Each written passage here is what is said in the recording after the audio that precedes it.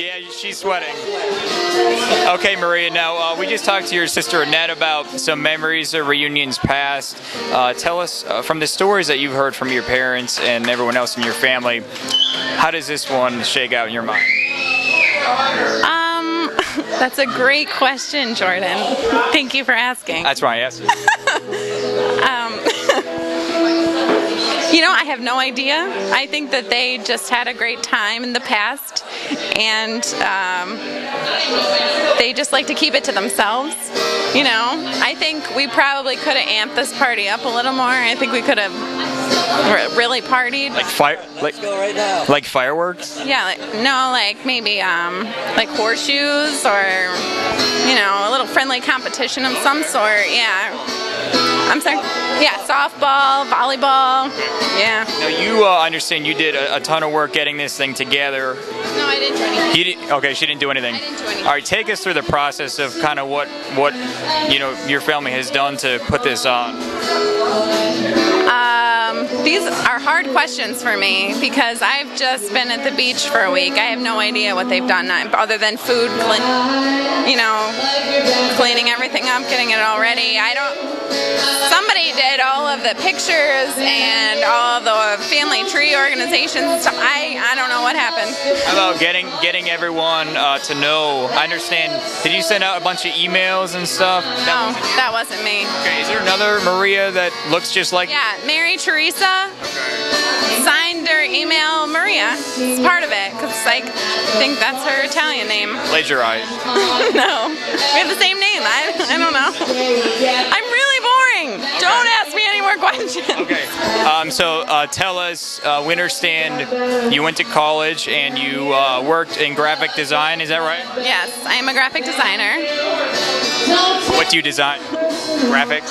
Yes, all types of promotional materials, educational materials, stationery, logos, letterhead, advertisements, stuff like that. Now we understand you worked at the Scranton Times, newspaper in town, but now you've since moved on from there to bigger and better things. Tell us kind of what's going on right now. I would say I made a lateral move, however, very different. I went from news to healthcare, so it's definitely a change for me, but I appreciate the learning curve, and I do a lot of freelance on the side, which is really my passion because I love learning about other companies, what they do, how they work, and trying to help them succeed through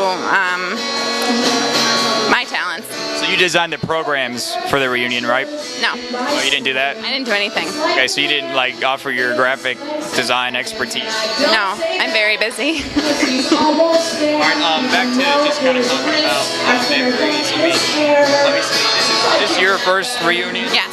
Okay. So what, growing up, like, what did you hear from your parents about, you know, reunions past? Nothing. So, you never heard them say anything about reunions that they used to attend, or your grandparents, or? I know that it was like 30 years ago, and honest to God, I don't know anything. Well, that can't be true because you're a graphic designer. Excuse me, graphic designers, excuse me, know everything. Okay, do you have anything to add to this? You have excellent interview skills, Jordan. And I appreciate your time and efforts that do. I'm really struggling with this one. I'm very difficult to interview. I'm making like a freelance wage right now, so this is some tough work. Yes, I am putting you through the ringer. I mean, I've interviewed. Maybe this is the friendly competition I was looking for. Okay, I mean, I've interviewed just about every big name in the sports world, and I have to say that this is the toughest interview I've ever done. You didn't do your research. Good one. All right. Thanks. Maria. She is going to tell us about some of her favorite memories. Hi, Maria. We are getting some thoughts and memories from reunions past, and as well as some thoughts about this weekend's events. Kind of take us back and tell us what you remember about reunions past. Okay, so reunions past, I am am the oldest of the Costa family. We lived on Long Island, and my dad, one of the most popular stories is that my dad used to bring the clams from Long Island, right? Everybody loved the clams, so we used to take a bushel of clams, put it on top of our station wagon with like 8 or 9 children in the car. It was hot. It was August, okay? And the clam juice is coming down the sides of the car. So you can imagine by the time we got out of the car in New Milford. But anyway, everybody loved to see my father drive up because of these great clams. But one of the things I remember most is, and I tell this to all the cousins that I've spoken to, is the love that the first cousins had for each other.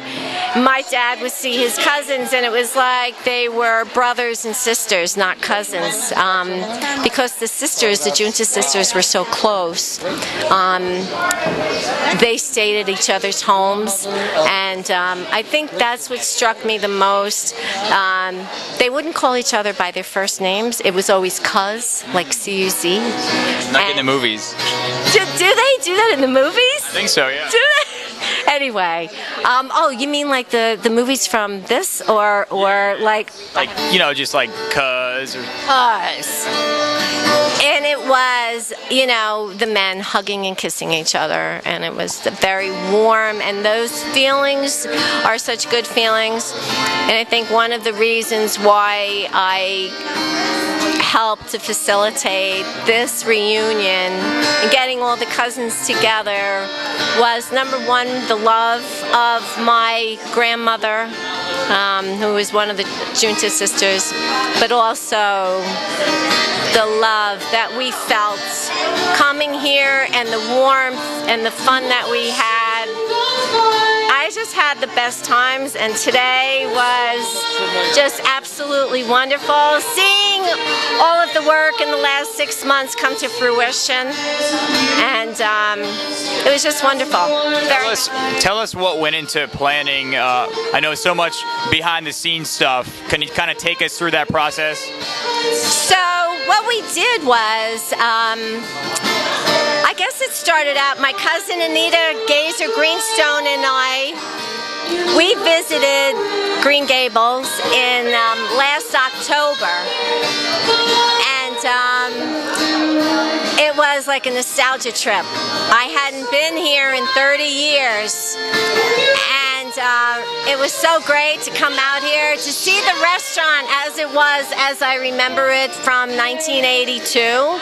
So this was in the fall of 2011, and I saw, you know, Rose, and I saw Tony and Joe and Peter and Carol, and, you know, just talking about how wonderful it was to be here. And then the talk was maybe,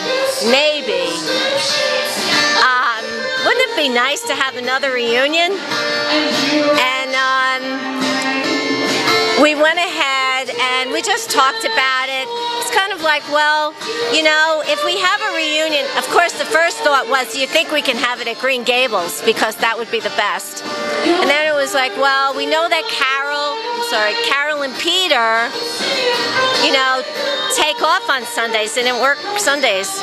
And we said, wouldn't it be nice to schedule it like the same day that we used to do it every year for 20 years? And that was the first Sunday in August.